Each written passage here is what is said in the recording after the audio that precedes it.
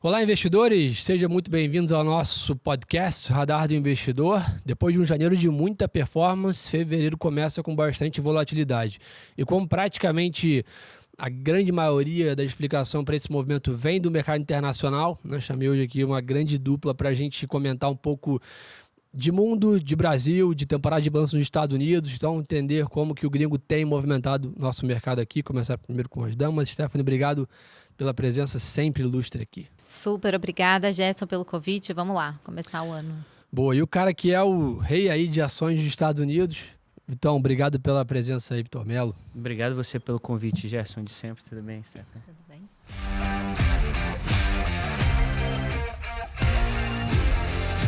Sté, explica um pouquinho primeiro, né? Só pra gente talvez investir aqui 5 minutinhos do nosso tempo para falar um pouquinho de janeiro, que realmente foi um janeiro muito diferente para o Brasil, né? Poxa, a gente, né, 15% de alta, o fluxo de janeiro foi 25 bi na bolsa, que é o fluxo do ano passado inteiro. O que está motivando esse investidor estrangeiro? Ele está olhando só para o Brasil? É o movimento do Brasil, o movimento do mundo? Dá para a gente continuar sonhando com esse movimento? Ou pô, a gente, como bom brasileiro, sempre tem o medo do voo de galinha? O que você está vendo aí do gringo em relação a gente? Olha, a primeira coisa é o seguinte, se a gente voltar até um pouco mais, dezembro já foi um mês, por exemplo, de dólar fraco e o Brasil ficou para trás, né? O Brasil depreciou, teve um mês ruim, vamos dizer assim, para os ativos em dezembro. Então, em janeiro, o Brasil vem com tudo, tem essa outperformance de fato. Se a gente olhar, Gerson, é um movimento global. Tá? Dezembro a gente teve questões domésticas, vamos dizer assim, que afetou. E aí, janeiro, a gente, né, volta ali a estar mais próximo do que está acontecendo no resto do mundo. O que está acontecendo, no fundo? Se a gente olhar, tem várias, a gente pode achar várias explicações, mas vamos por uma questão até mais de fundamento. Se a gente olhar, por exemplo, os Estados Unidos serão um dos únicos países que ainda vão cortar juros em 2026. O Banco Central da Inglaterra também deve cortar, hoje até teve decisão, devem cortar aí no curto prazo, cortar eventualmente até mais do que esperado, mas assim, são os únicos. E o Fed, obviamente, o Banco Central americano é muito importante. Então, o Banco Central que ainda deve cortar aí mais alguma coisa. E aí, quando a gente olha para o Brasil, e aí, enfim, para todos, e para países com taxas de juros elevadas, e obviamente o Brasil é o que tem, né, desses países aí mais importantes, é o que tem, dos emergentes, é o que tem os juros, né, um dos mais elevados, o carrego, ou seja, o diferencial de juros é muito importante. O nosso juro, em janeiro, ele continuou em 15%. Então, esse diferencial de juros é muito relevante, né, nessa questão em que a volatilidade, a gente tem falado isso também, a volatilidade do juro no mundo, ela não é tão alta porque os Estados Unidos já reduziu, está próximo da taxa, vamos dizer assim, de equilíbrio, ainda pode reduzir mais um pouquinho, então a volatilidade dos juros tem reduzido lá fora. Tá? Isso ajuda também, vamos dizer assim, nessa questão do diferencial de juros, etc., olhando aqui, como eu falei, para países que têm o carrego maior.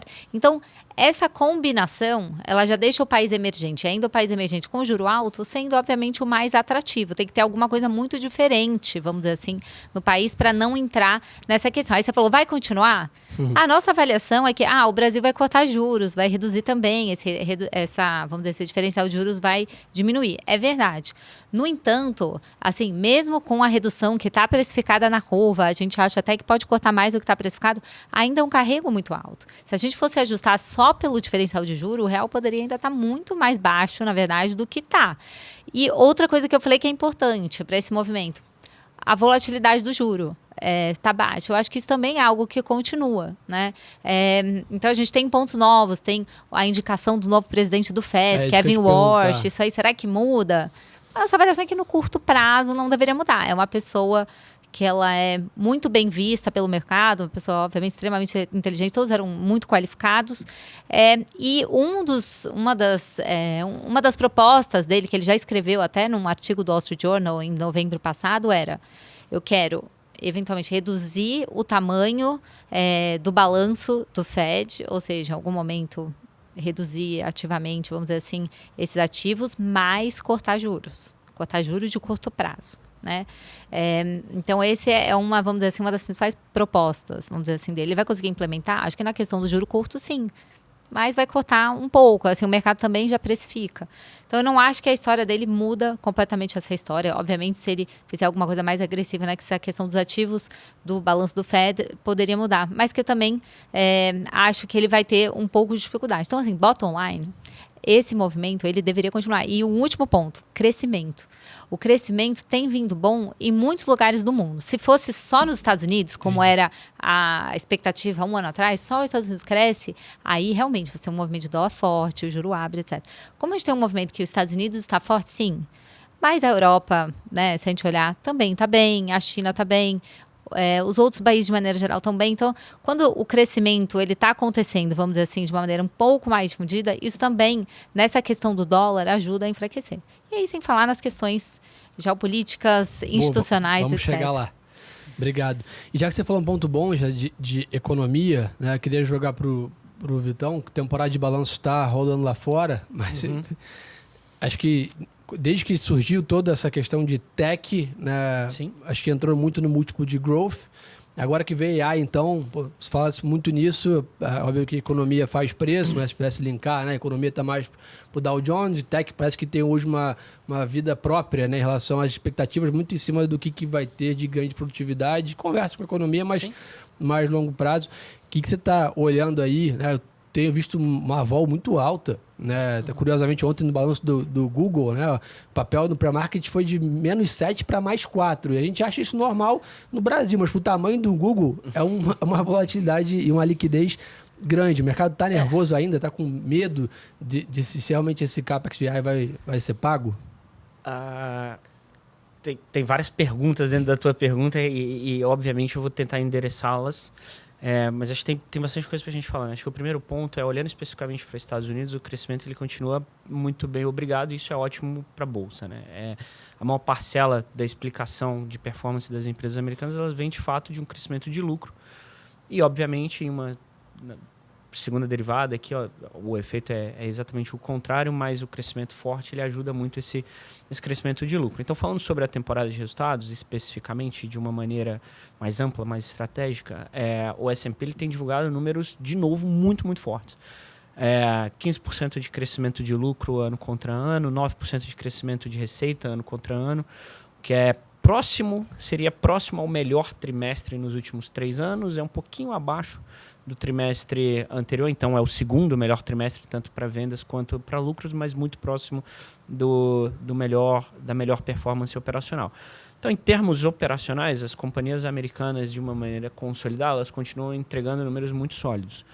Acho que esse é um primeiro ponto. O segundo ponto que vale ser feito aqui, Gerson, é que de maneira diferente do que aconteceu em 2023, 2024 e no primeiro semestre de 2025, o spread de crescimento de lucros entre as Magnificent Seven e as outras 493 empresas do índice, ele é menor. Então, o resto das outras empresas, as outras 493, elas têm crescido o lucro de maneira um pouco mais saudável, perto de alguma coisa como 8% a 9%, enquanto o Magnificent Seven está crescendo perto de 22%, 23%. Então, você tem visto, sim, uma dispersão de crescimento de lucros de uma maneira mais saudável do que aconteceu principalmente em 23, que aí foi o maior spread desde que a gente tem acompanhado isso, que Magnificent Seven, as 7 magníficas, elas cresceram 53% no ano em relação ao crescimento de lucro, enquanto o restante das companhias caiu 1%. Esse spread ele vem fechando ao longo do tempo e ele fechou mais um pouco. Obviamente, isso tem implicações bastante importantes do ponto de vista de não é mais só comprar essas 7 empresas e esquecer. Para geração de alfa, você tem que ter alguma dispersão um pouco maior também nas companhias e no investimento, assim como foi já um pouco no segundo semestre de 2025 e como tem sido agora, né? Basta olhar a performance das próprias 7 empresas principais do índice, entre elas. Então, o Google foi muito bem ano passado, a NVIDIA foi também muito bem, outperformou o índice, mas outras empresas como a Amazon, por exemplo, não outperformaram. Esse é um outro ponto. E aí, falando especificamente de alguns nomes específicos, né, que foi a tua provocação aqui em relação a essa dispersão de performance, e de fato aconteceu semana passada, isso ficou muito visível, né, com Meta e Microsoft divulgaram os números no mesmo dia. Meta subiu 10%, Microsoft caiu 10%. Então, eu acho que agora o que o mercado ele tem tentado fazer de uma maneira um pouco mais clara é diferenciar as histórias do ponto de vista micro. Então, os trades, em geral, eles têm sido menos relacionados a cestas e mais relacionados ao aspecto micro de cada uma dessas companhias. Meta foi muito bem, porque, de fato, anunciou um CAPEX que é muito positivo e algum ganho já relacionado a AI.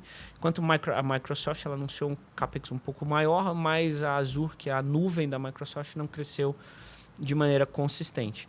Parece óbvio que, então, se você anunciar um CAPEX grande e um crescimento grande também do seu segmento de nuvem, a sua ação deveria performar bem. Não foi o que aconteceu com o Google. O Google ontem à noite divulgou um crescimento de CAPEX bem mais forte do que o mercado esperava. O mercado esperava 120 bilhões de investimento em 2026 apenas do Google. O Google anunciou um range, ou seja, uma frequência de distribuição entre 175 bi de dólar a 185 bi de dólar, o que é um número extremamente forte, é 0,5% do PIB de 2025 americano, só o Google. Antes do começo da temporada de resultado, o consenso estimava 540 bi de investimento em CAPEX, e esse número, depois das divulgações atuais, ele já está mais próximo de 600 bi de dólar de investimento em CAPEX de infraestrutura de AI no ano. Que, de fato, é um número muito forte. O ponto o crescimento do cloud do Google ele foi extremamente forte e justificou esse crescimento maior. Acho que todo mundo, quando olhou o número, assustou à primeira vista, por isso caiu 7%.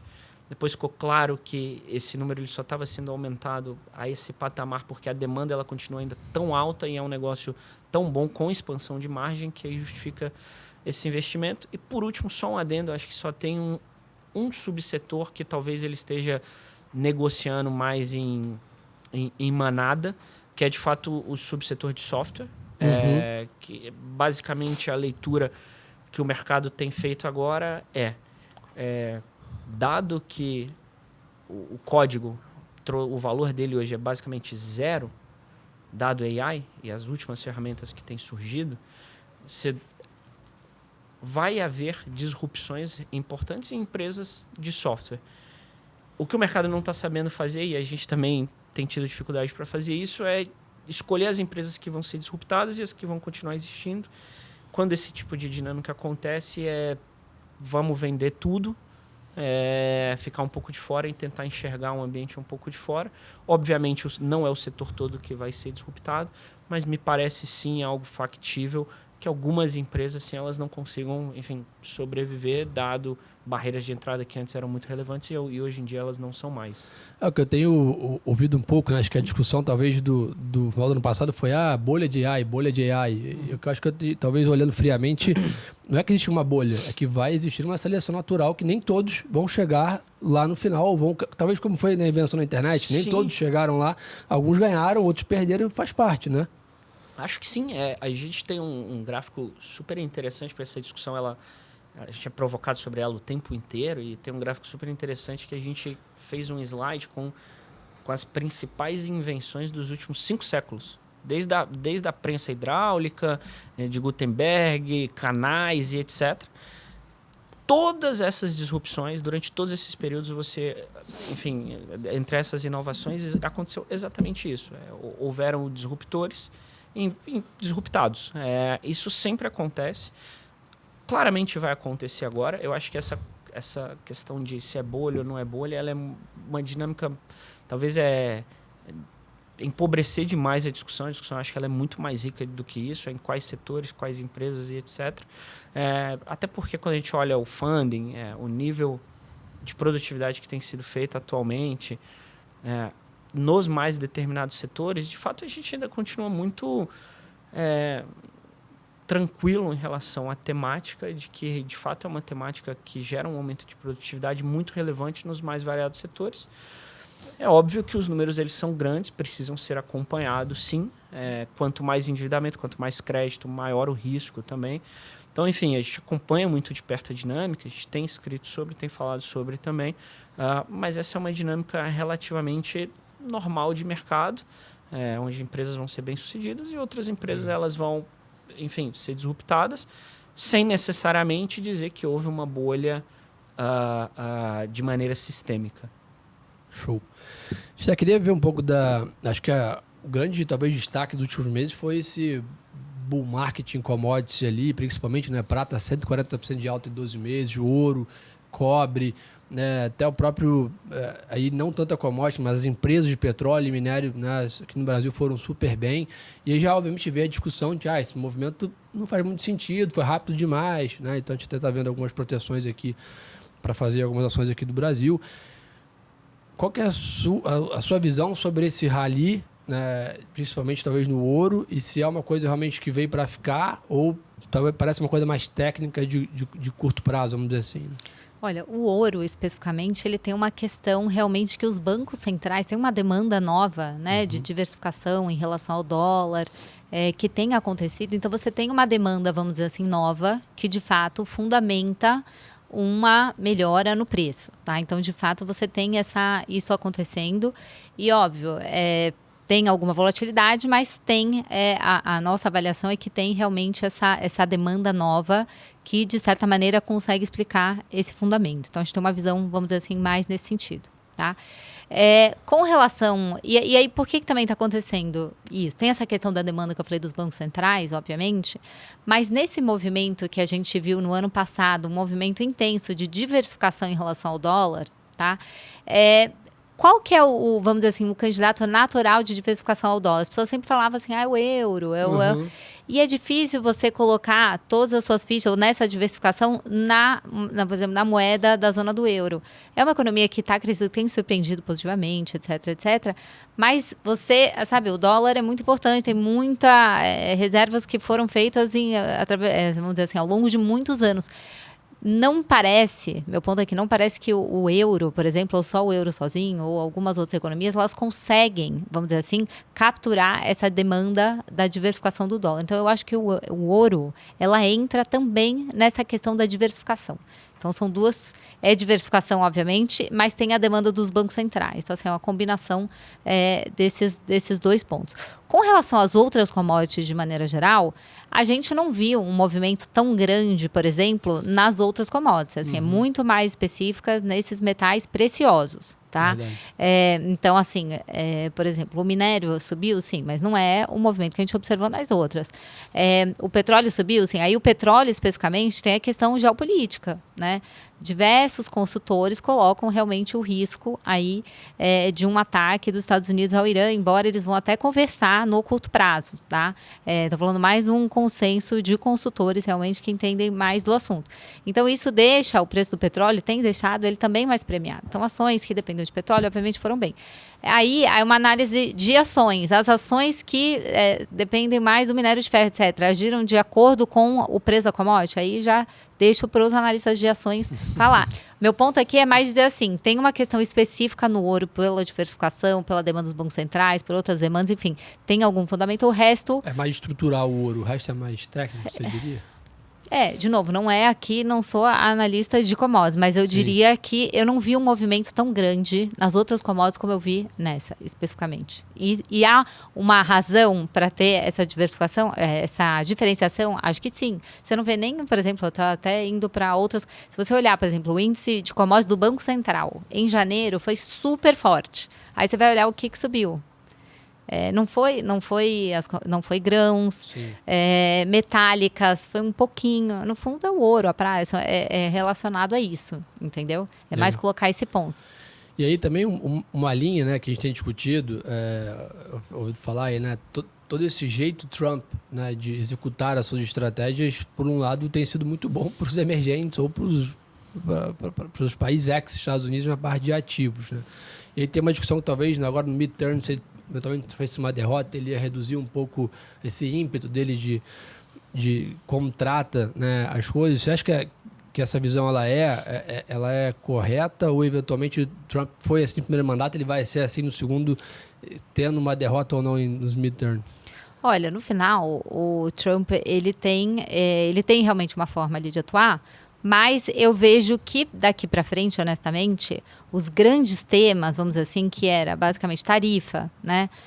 olha, a tarifa, a nossa avaliação é que ela está no nível mais alto e daqui, se alguma coisa, ela pode cair um pouquinho, ou por conta de exceções que vão acontecer, ou por conta que tem um problema de affordability, né? Ou seja, de poder de compra do consumidor nos Estados Unidos, que é um tema. Então, se você subir mais a tarifa, isso pode afetar, vamos dizer, esse poder de compra. Então, assim, eu vejo que daqui para frente, se alguma coisa, a tarifa vai ser para baixo, não para cima. Esse é o primeiro ponto.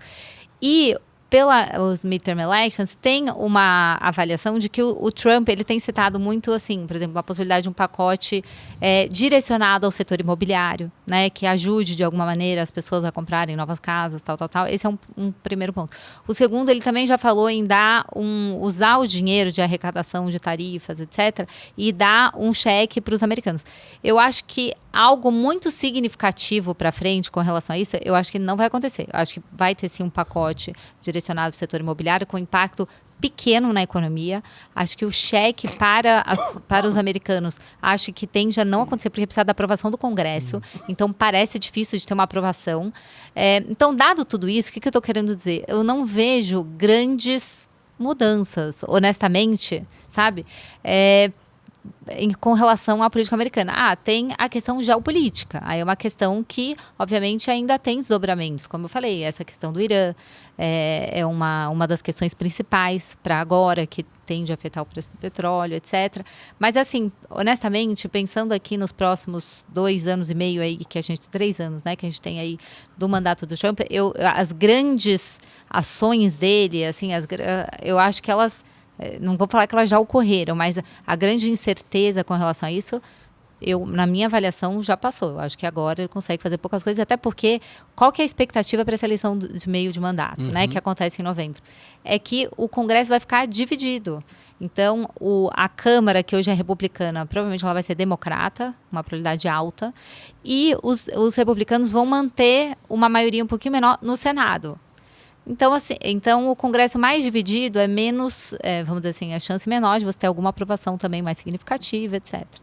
Legal. Vitão, a turma você faz, né, um relatório chamado 20 Prime lá, que são as 20 ações que você mais gosta de acompanhar, mas por tempo, né, não vamos poder falar das 20, mas se puder talvez escolher 5 temas que você gostaria que os investidores olhassem. Legal. E papéis que eles deveriam monitorar para capturar oportunidades esse ano. Tá, legal. Cara, essa é uma provocação boa, Jess. A gente voltou agora de uma rodada interessante lá fora. Passei 2 dias em Miami, 3 dias no México. Falando um pouco da nossa cabeça, e óbvio que é muito legal quando você tem essa dinâmica, porque você também enxerga um pouco do que os investidores, eles de fato estão enxergando via as maiores perguntas que eles trazem. Então, vou tentar passar um pouquinho dessa mensagem com o mix da nossa cabeça e depois as 5 principais ações aí que estavam nas apresentações que a gente fez. Bom, o que a gente concorda com o mercado, o que a gente discorda? A gente concorda com o mercado que parece um ambiente muito bom, um cenário muito bom para risk-on. Parece, de fato, um cenário muito bom. Como a Stephanie colocou, você tem um crescimento global, se não exuberante em alguns lugares, mas surpreendendo positivamente. Nos Estados Unidos, muito forte, com vai um pouquinho para mais, um pouquinho para menos, mas um crescimento nominal de 5,1, 5,2, que é fortíssimo, principalmente para uma economia tão desenvolvida, com PIB de 31 trilhões de dólares. Então, de fato, parece um ambiente muito bom para risk-on. O que a gente discorda um pouco, talvez, seja que a gente não estaria diversificando tanto para outras geografias, principalmente outros DMs, como parece ter se tornado um tema um pouco mais pujante no momento atual, porque a gente acha que o que você vê nos Estados Unidos, você vê melhor nos Estados Unidos, seja crescimento econômico, seja algum espaço para alguma flexibilização monetária, ainda com juro real um pouquinho mais alto do que o passado recente, mas alguma flexibilização monetária, com uma performance operacional muito melhor do que nos outros lugares. E aliado a isso tudo, se o valuation nos Estados Unidos não é o melhor, a gente acha que tem uma boa razão para isso, mas não é o melhor dos mundos, nos outros lugares também não é. E se você olha o que aconteceu ano passado, a performance excelente de Europa em ações, por exemplo, pegando como exemplo o Euro Stoxx 600, ele foi muito mais um play de FX do que um play de fato de moeda local. Em moeda local, o Eurostoxx ele subiu 16%, o S&P em dólar subiu 18%. Quando você coloca o dólar na conta, o Eurostoxx subiu perto de 32% no ano. Então foi mais um play de moeda. E essa parcela ainda, quando você olha para a equity, o que aconteceu foi uma expansão muito forte de múltiplo, contratando um crescimento já de lucro futuro, que a gente não tem uma convicção tão alta que vai acontecer, dado por mais que o crescimento econômico esteja sim surpreendendo um pouquinho para cima, ele não é nenhum quadro exuberante. Então, dado esse cenário, a gente ainda vê uma dinâmica muito boa para alocação nos Estados Unidos, e concordando com esse ambiente de risk-on, o que a gente talvez faria seria dar taticamente, não estruturalmente, taticamente, porque é um índice de muita baixa qualidade, um pouco mais de peso para small caps. E aí foi uma pergunta muito recente que a gente recebeu em várias das reuniões, foi, poxa, beleza, mas esse trade de small caps foi um trade nos últimos 4 anos, não deu certo, porque o que é diferente agora? E o que eu acho que é diferente agora é justamente esse crescimento de lucros um pouco mais disperso do que foi nos últimos 2 anos e meio a 3 anos, onde você precisava basicamente comprar large cap US versus qualquer outro bolsão do mundo e você ia performar bem. Agora não, agora as coisas são mais dispersas. O consenso de mercado, por mais que dos últimos 25 anos eles tenha estado errado nos últimos 23, em relação ao crescimento de lucro de small caps, mas ele espera um crescimento de lucro de 60% ano contra ano no Russell 2000, o que é um crescimento sensacional e te dá uma margem de segurança mesmo em um cenário em que você esteja errado. Se você estiver errado e o crescimento não for 60%, vou falar qualquer coisa, for 30%, 35%... Você ainda está respaldado. Você ainda está muito bem respaldado porque o crescimento é muito forte. Então, tem nos parecido um trade que faz um pouco mais de sentido no ambiente de risk-on, assim como alguns emerging markets. E aí a gente tende a gostar um pouco mais de emerging markets Asia Pacific, que são também relativamente ligados ao tema de AI, como Taiwan, como Coreia do Sul, que ainda tem um valuation na média histórica. Índia a gente gosta, mas é um play bastante descorrelacionado de AI, mais pautado a uma demografia ainda muito boa, um crescimento econômico que a gente acha que ainda faz sentido no longo prazo, uma performance ruim no ano anterior, a um percentual grande no fluxo de emerging markets. Um outro tema que foi pauta de todas as reuniões e para mim foi uma surpresa grande foi Brasil. Foi um tema em todas as reuniões. Tá todo mundo tentando entender bastante o que está acontecendo com o Brasil. Obviamente, a gente tem uma visão positiva do país. A gente acha que, obviamente, por um tempo muito grande, os nossos valuations eles ficaram bastante atrativos. A gente tem um cenário muito importante em outubro eleitoral que tem um peso também na tomada de decisão. Mas fato é que, principalmente olhando do ponto de vista do investidor global, o Brasil, quando você olha para a Latam, talvez seja um dos poucos mercados em que você tem alguma profundidade, mas mesmo assim, para o investidor global, algo muito pequeno. Entrou perto de... Você deu o dado aqui no começo da nossa conversa, né? Entrou perto de 5 bilhões de dólares esse ano na Bolsa Brasileira, o que é mais do que o ano inteiro anterior, o que é uma performance muito boa, mas é 25% do que negocia a NVIDIA em um dia. Então, obviamente, é uma porta relativamente estreita, isso vale para os dois lados, tanto para a entrada quanto para a saída, mas essa foi também uma pauta muito importante. Então, a gente viu o investidor global, Gerson, nesse começo de ano, ele animado, tentando achar teses que tenham alguma diferença, com o cenário de risk-on na cabeça.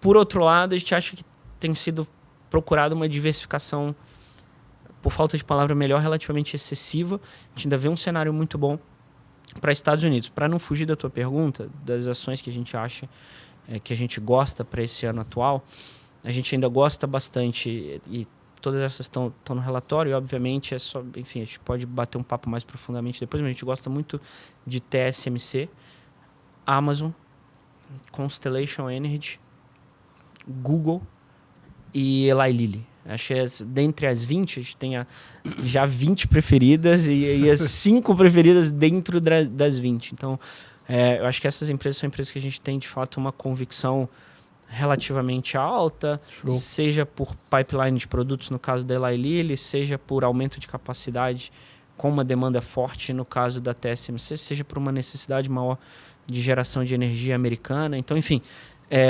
essas são ações que eu acho que estão bem posicionadas para o ano atual. Show. Esther, sempre gosto de perguntar isso quando você vem aqui, o que você tá no radar para ficar de olho, né, lá fora, até a sua próxima volta aqui. E já que você está aqui, aproveitar e o Vitão comentou um pouquinho, como está aí a sua visão de Brasil aí, Copom chegando provavelmente com um corte, o ciclo pode ser relevante, então só para dar uns centavinhos de Brasil aí. Bom, eu acho que lá fora, eu acho que vai ser importante agora. Vai ter a divulgação do payroll na semana que vem, inflação. São dados importantes, não é que o Fed vai cortar no curto prazo, a gente acha que ele nem corta nesse primeiro semestre, pode até cortar em junho, sim, mas não nesse curtíssimo prazo, mas são indicadores importantes para justamente ter essa entrada do novo presidente do FED. Todo mundo acha que ele vai cortar, está precificado um pouco menos de 2 cortes. Então, são mais indicadores que, assim, no primeiro semestre, eles tendem a vir, se alguma coisa do desemprego ainda pode cair mais um pouquinho, a inflação vai ser alta. Então, a gente tem uma expectativa de dados fortes, né? A economia está muito bem. Então, ver se isso realmente se confirma ou não. Então, eu olharia, assim, esses indicadores, mas pensando ali para frente. No Brasil, o Copom deve iniciar o ciclo de corte ali na reunião de março, com 50 pontos base de corte. Nossa avaliação, pensando para frente, né? Se a gente olhar a inflação, 12 meses vai bater agora em março, 3,2%, pode ser um pouco mais, um pouco menos. Então, uma inflação ali muito próxima da meta. Quando a gente olha os núcleos da inflação, eles estavam rodando ali mais próximo de 4, 3 meses analisados. Vão rodar mais próximo de 3 agora também. Núcleo de serviços, que estava rodando mais próximo de 5, vai rodar mais próximo de 4. Então, a inflação realmente favorável, com uma atividade econômica que vai terminar o ano ali no quarto trimestre, um crescimento um pouquinho acima de 0, tá? Mas alguma desaceleração, um primeiro trimestre forte. Bottom line, na nossa avaliação, essa inflação continuando bem, esse crescimento moderado, a nossa avaliação é que tem um espaço, de fato, para o Banco Central entregar. A gente acha que entrega mais do que está precificado. Então, a gente tem 425 bases de corte, pontos base, né, de corte. Então, a gente segue... realmente, tem muito tempo, tem muita coisa precificada, etc. Mas a nossa avaliação é que, de fato, você tem aí um fundamento, principalmente de inflação, benigno. E, eventualmente, o ciclo pode acabar sendo entregue de maneira um pouco mais rápida. Não na próxima a gente acha realmente que é 50. Mas vamos ver lá na frente. Tá? Bom, agora fazer a pergunta mais difícil, né? O que você está vendo das eleições aí? Data, abril é importante? O que você está olhando mais? Olha, eleições, claro que é um fator super relevante, né? Que para o Brasil, o Vitor pode até falar um pouco mais se as pessoas queriam saber de eleição ou não, porque não parece ser um tema, né, que as pessoas... não é o principal ali, né? Você pode falar mais. Enfim, até na contramão talvez, mas queriam saber muito saber. E eu fiquei até relativamente impressionado no conhecimento que eles tinham em alguns dos nomes relacionados à candidatura, à eleição, a como estava o quadro político, a quem estava e quem não estava, quem eram os principais players que poderiam concorrer ou não concorrer. Então, enfim, para comentar rapidamente, acho que o pessoal queria até saber bastante de eleição, sim. A gente tem uma avaliação, no final das contas, que vai ser uma eleição muito disputada. Então, se ela é muito disputada, sabe essa história, você vai muito para um lado, muito para o outro, a gente poderia ter...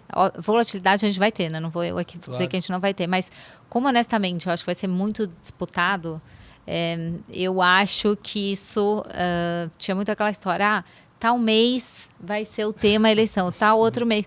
Eu não sei, eu acho que em algum momento, obviamente, eu só acho que... outubro vai ser esse devagarinho, um pouquinho mais de atenção. Eu só acho que como vai ser disputado, os temas, assim, para onde está indo a inflação, a atividade, etc., talvez eles ganhem um pouco mais força. E, obviamente, o cenário externo, muito importante, né? Acho que é um dos principais, né? Nesse tema que a gente falou, o real apreciou bastante. Mas as moedas, de maneira geral, apreciaram contra o dólar, né? Então, acho que tem, assim, fatores para a gente olhar. A eleição, obviamente, é um deles. Mas, como eu acho que vai ser disputado, eu acho que o movimento lá fora, assim, o FED corta mais um pouquinho ou não, essa questão da inflação, atividade, são os principais ali, honestamente, pensando nos juros, né, aí nos próximos meses. Então, eu acho que esse é o principal foco.